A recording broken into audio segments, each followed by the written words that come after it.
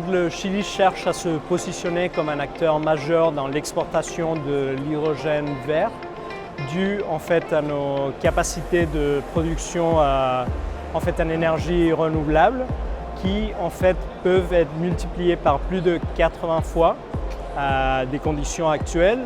Pourquoi? Vous allez vous demander. C'est en fait dû à notre géographie. Nous avons 4500 km de côte et nous avons à la fois le désert le plus sec au monde avec la plus forte irradiation et aussi des vents très forts dans le sud avec peu d'intermittence, ce qui fait que nous avons à la fois des capacités de production en fait très fortes au nord et dans le sud et en fait une capacité donc de produire de l'hydrogène à un prix très faible.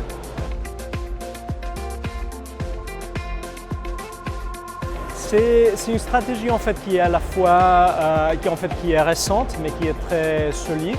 Le Chili est arrivé un peu en retard aux énergies renouvelables, mais nous avons rattrapé assez vite. Et en fait, nous avons, juste pour vous donner un exemple, dans l'année 2020, nous avons doublé nos capacités en production en énergie renouvelable, ça pendant la pandémie.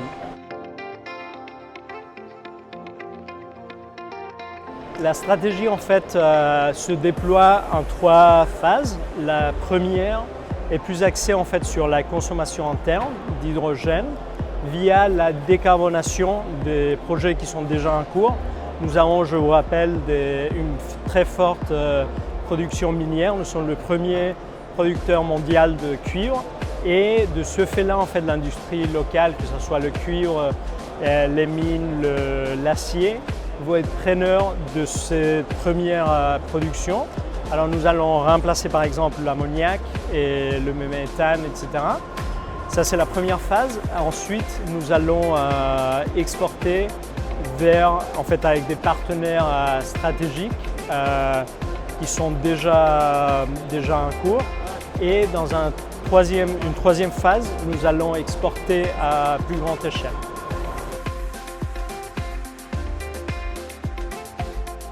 Ça crée un effet de boule de neige et malheureusement la crise qui est actuellement en Ukraine et en Russie n'a fait que accentuer en fait cette stratégie.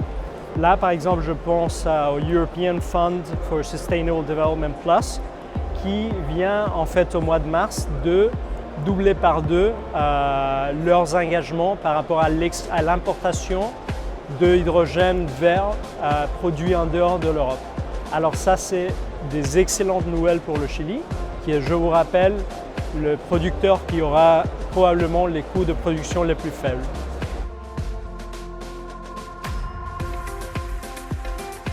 En fait c'est un grand honneur, c'est excellent que le Chili puisse être porteur de cette stratégie en fait, qui est si importante pour le monde dans son ensemble.